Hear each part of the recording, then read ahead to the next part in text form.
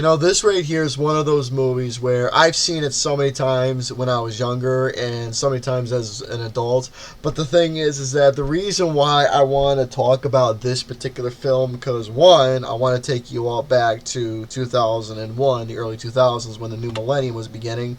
And not only the world of animation was starting to develop a lot more, but also storytelling in films were starting to come along after the 90s went away and the Y2K movement came about. Not Y2J Chris Jericho, but the Y2K movement in the world of film and so on and so forth. But specifically in animation, 2001 had its fair shares of a couple films.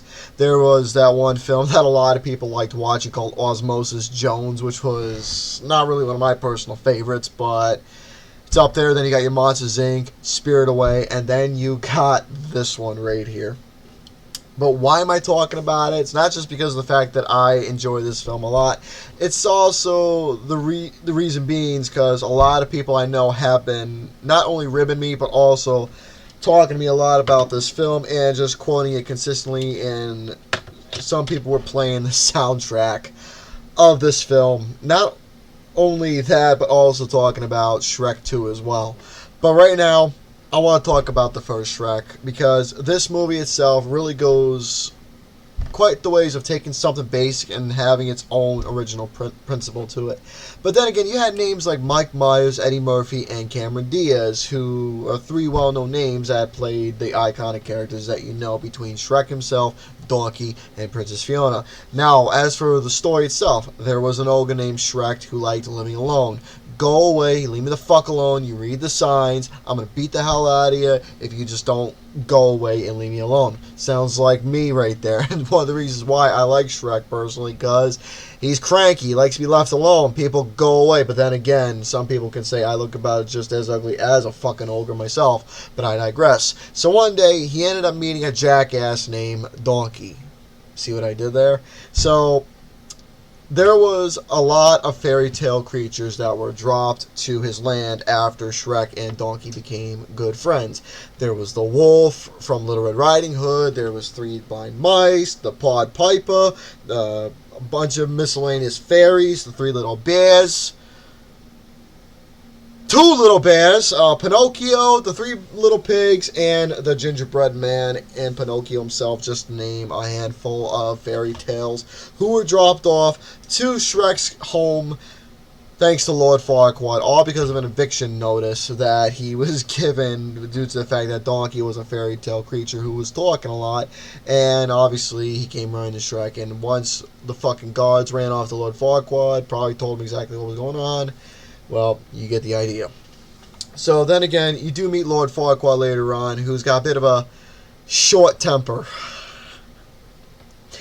Anyways, all these fairy tale creatures infest Shrek's swamp, and he and Donkey goes on a quest to Duloc to meet Lord Farquaad. And there is a quest because Lord Farquaad, he is basically, before him to become the king, he talks with the mirror from Snow White, and he has to marry a princess. So between the options of Cinderella, Snow White, and Princess Fiona, he chooses Princess Fiona. And basically, once Shrek gets himself into a royal rumble facing off against all the gods, he is going on a quest to rescue the princess from the fucking ghetto dragon herself. So upon his quest to rescue Princess Fiona, for her to be married to said prince, to become a king, Princess Fiona has a little secret of herself, which is later unraveled. So there is a lot of mouthful from the story itself that I just told you because I've seen this movie a dozen times. And every time I watch it, not only does the humor itself just continuously get funnier, but it's the context of the movie itself, because it takes the entire principle of true love's first kiss, the knight rescuing the princess, or the king and queen king and queen to be married from prince to princess and so on and so forth. Taking cliches of what you read in fairy tale books and turning into its own spin where it's got its fucking humor, it's got the context, it's literally turning the typical stereotypes of these type of story tales that you would read or watch and turning into its own premise, and it's fucking great. You got a fucking ogre who people are obviously scared of because of the way he looks, but he ends up being not only the hero. Then you got a fucking jackass who literally is a jackass but ends up having a personality. Then you got fucking Princess Fiona, where you first meet her. She plays the role of fucking a stereotypical princess where she has to kiss the knight or kiss the prince who rescues her from the highest room in the tallest tower. And obviously the cliche of slaying the dragon that's been guarding the fucking temple, where clearly I learned from looking at the dragon herself, she is fucking ghetto. So, I mean, she does fall in love with the donkey, who is, well, an ass, and obviously trying to save himself because he has nothing else to do, so he starts flirting with the fucking dragon just to not only keep her distracted while Shrek is getting the fucking princess out of harm's way. Oh my goodness. But yes, as the film progresses, you learn more about Princess Fiona's humor, that she's not your typical average princess. She fucking beats the hell out of Robin Hood and his goddamn men, which was fucking hilarious. And not only that, though, but the whole entire, like I said, the animation itself is fucking great. The humor itself, the interaction, the personalities that you get from all the characters between Shrek, Donkey, and Princess Fiona herself, and obviously the evil Lord Farquaad, who has the short temper that he does. Little sense of humor for you all.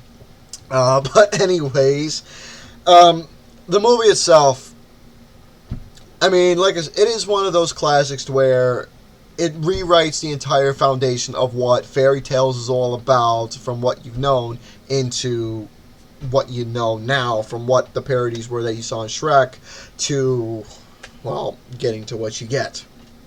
But the thing is that you learn about the personalities within all these characters. You learn about Shrek easily. You learn about Donkey easily. I mean, Donkey, his backstory, I mean, where he came from was a little explained and everything, but he also explains in his own humor of who he is and the fact that he's colorblind and so on. Princess Fiona, you learn about her story very well, which is very sympathetic, and you learn later on of where she comes from and what kind of royalty that she is, and her little secret that she possesses and whatnot. And obviously you gotta have beautiful princesses in such films to look the role, but also can kick ass and take names and chew bubble gum, except I'm all out of gum.